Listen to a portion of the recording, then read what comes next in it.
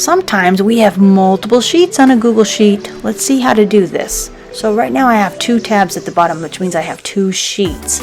But if I want to add a sheet, I'm going to click the plus sign, and it's going to give me the sheet number. So I can click on the disclosure arrow and I can rename this one. So I'm going to rename this one Hi.